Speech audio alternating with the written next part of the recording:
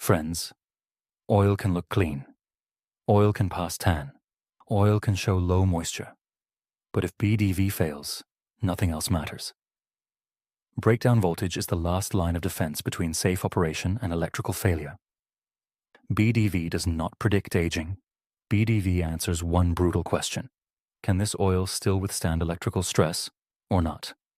In today's Electroverse episode, we decode BDV, breakdown voltage of transformer oil. What BDV actually measures. Why moisture and particles destroy BDV first.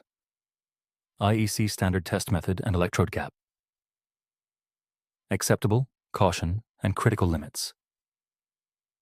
Why BDV can recover and when it cannot. And how senior engineers decide filtration or oil replacement. Stay till the end, because BDV doesn't talk about tomorrow. It decides today's electrical safety. When you walk into any power substation or transformer testing facility, there's one test that almost everyone checks first and almost everyone misunderstands. We're talking about breakdown voltage or BDV. Today, we'll unpack what BDV really tells us about transformer oil health, why the relative standard deviation percentage matters just as much, and most importantly, why getting this wrong can cost you millions in equipment failures. Let me start with something that might surprise you. BDV tells you how oil behaves electrically, but it does not tell you the full oil health story. Think of it this way. If you check someone's pulse and find it strong, does that mean they're completely healthy? Of course not. You'd want to check blood pressure, temperature, maybe run some blood tests. The same logic applies to transformer oil. So what exactly is breakdown voltage? It's the voltage at which transformer oil fails electrically when we apply stress between two electrodes. We follow specific standards for this, primarily IEC 6156 with a 2.5 mm electrode gap, though you'll also see ASTM D1816 and D877 used in different regions. The test involves applying increasing voltage until the oil breaks down, and we typically measure this over 5 or 6 consecutive breakdowns.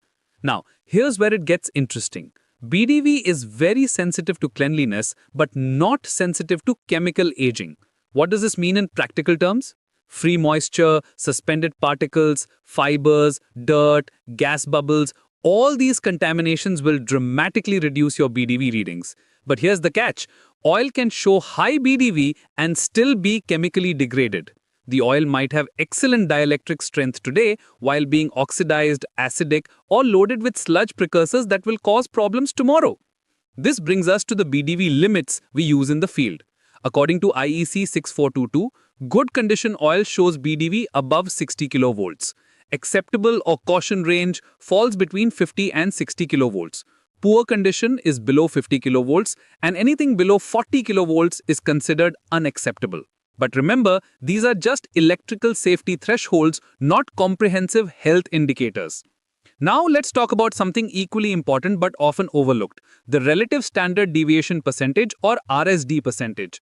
This tells us how consistent our BDV readings are. When we run those 5 or 6 consecutive breakdown tests, are the values clustered together or are they scattered all over the place? An excellent oil sample shows RSD percentage below 10%. When you see RSD percentage above 20%, that's poor and unreliable territory.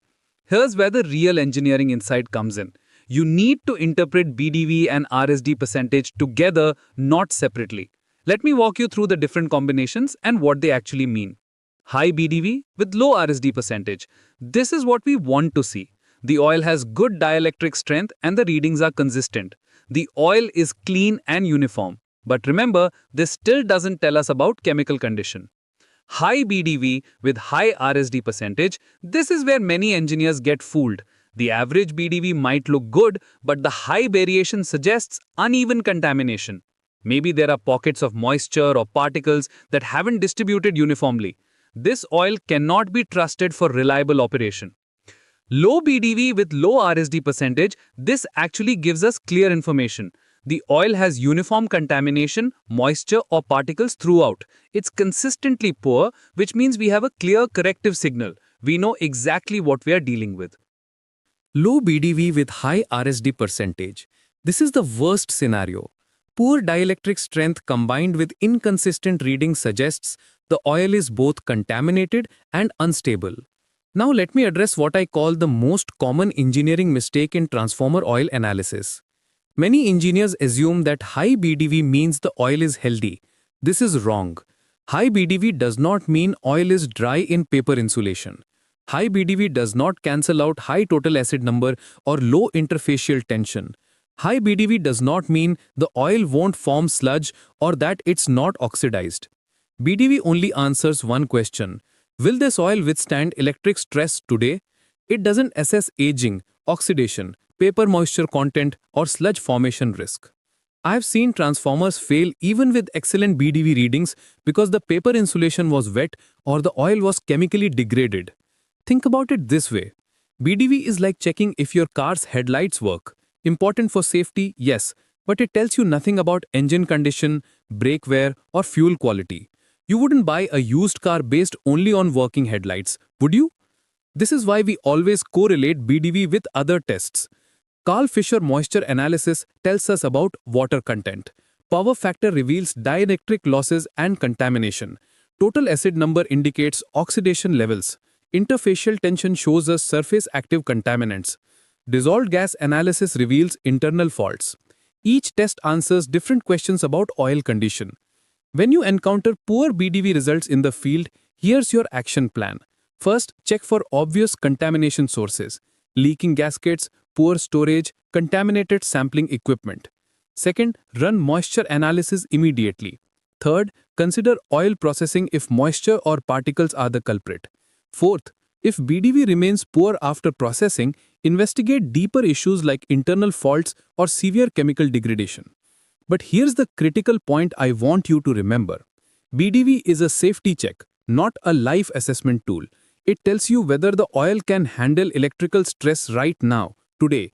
It doesn't predict how long the oil will last or whether other failure modes are developing. Many utilities have learned this lesson the hard way.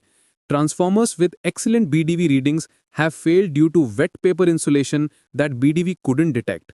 Others have failed due to sludge formation in chemically degraded oil that still showed good dielectric strength. The bottom line is this: BDV is necessary but never sufficient alone. It's one piece of a larger puzzle.